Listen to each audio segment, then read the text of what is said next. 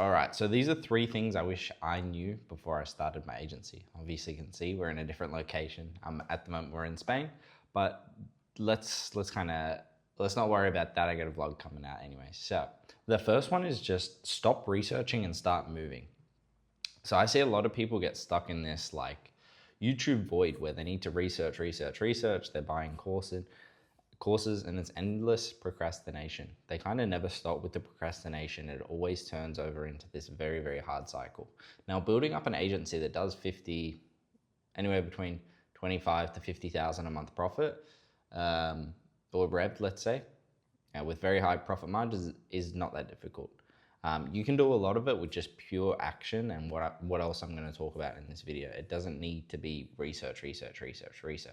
Now you can get a lot done and you can be a lot better than most people just by providing a very simple, clear, concise service and just being in it, being absolutely in the action of it, being in the trenches.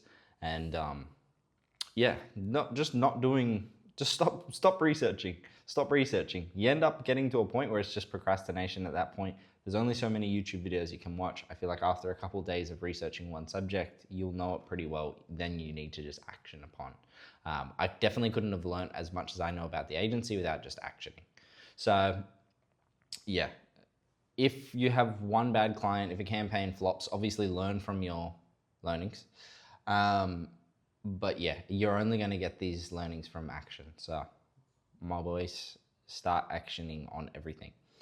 Now, 2, a lot of the time, you're the actual bottleneck. Now, I'll give you an example of where I was the bottleneck for my agency. I'm trying to onboard, I think I've onboarded in the last month 7 clients.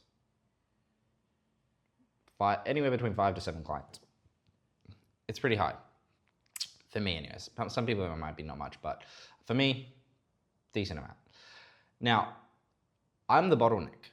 I understand that, right? So for me before, because my clients, I had restructured my whole team, I'd got rid of everyone, and I had restarted basically from fresh. It was just me and my EA. Now I knew that I was going to be the bottleneck at some point because I can't service all these accounts to a high degree or even a decent degree because there's too much workload. Okay, I'd have to do creative. You have to mark down the changes you made within the account. You have to keep your creative learnings. You have to then structure the account. You have to keep up with promos across multiple accounts. It's just not possible. A lot of work goes into it, as well as keeping up with the clients, doing check-ins, things of this nature, the very tedious things. Now, I understand that I'm the bottleneck. So what I did was I started hiring new people, A players into my agency again, and I was able to offload and delegate some of that responsibility. Because for me, I knew when we hired these 5 to 7 new clients now that I had a team in place, so I didn't mind taking them on. So what I did was initially, I gave 3 accounts to my media buyer. I took 3 or 2 or 3 or whatever it was. I think it was closer to 5. So let's say I gave him 3, which I believe is correct, and I took 2. So that's obviously a lot more manageable. Now there's 3 accounts that I just need to helicopter view over, and just on our weekly staff meetings, I then can just check in on the account, the weekly check-ins. I can just check in on the Loom videos, see what he's done, how the account's performing, and just check in as a helicopter view, opposed to being in the weeds, checking day in, day out of performance. Now, this is obviously better because then you remove yourself a little bit as the bottleneck. Now, obviously, if you micromanage, there's other bottlenecks. There is other bottlenecks, but this is a main one. This is giving me the ability to take on a ton more clients with a lot less pressure and a lot less headache. Now, 3, your calendar equals your income. And what I mean by that is the biggest mistake that I made in the beginning was that I did not understand client bookings and keeping your calendar full. Now, I would go months on months without any calls. And when I did get calls, they meant so much because you're having such a low quantity of them that you overvalue the call. So you end up fucking it up. Usually it's the one who cares less is the one that actually gets the deal.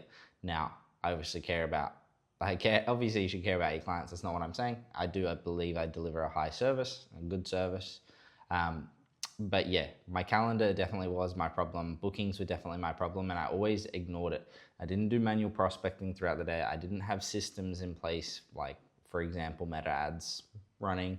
I didn't have emails running, DM outreach, these kind of things in place. So even now, obviously it can be even better than what it is right now, but even now it's not amazing. My main work still now comes from referrals. So I still need to fix my calendar and my prospecting systems at the end of the day. But this is something that is super important. If your pipeline basically isn't full, your pipeline's dying, you need to have people to follow up with. You need to have people to have sales calls with.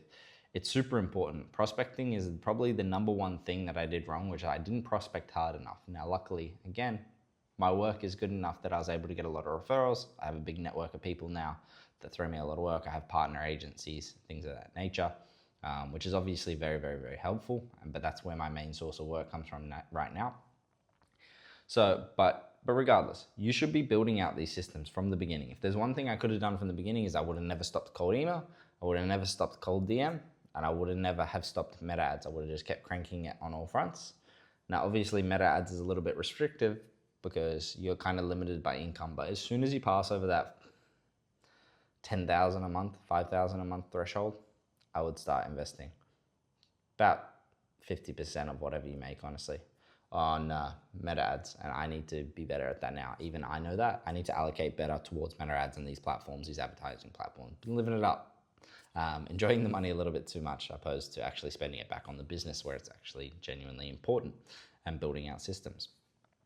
And I'll give you an extra bonus one is never stop working on yourself. Look at the systems and how they're operating and always look to improve. If something's doing okay, figure out how it can do great.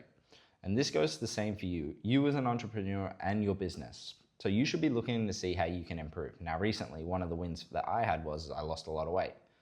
I've been running here in Spain almost every day for 3 weeks. And I've been eating significantly less because I don't have fast food and things of that nature here. So I've been able to do and lose a lot more weight than I usually would have. So that's one area of improvement for me that I'm starting to see have a trickle-on effect throughout everything else. So never settle for less. Always look to improve. But this is kind of my points for these. These are the 3 things I wish I knew when I started. If I knew simply just to keep my calendar full at all times, I would be much, much better off. So hopefully you guys work on your prospecting systems. Hopefully you guys remove yourself as the bottleneck, and hopefully you just start actioning on everything. If you do these things, you can't lose. So best of luck.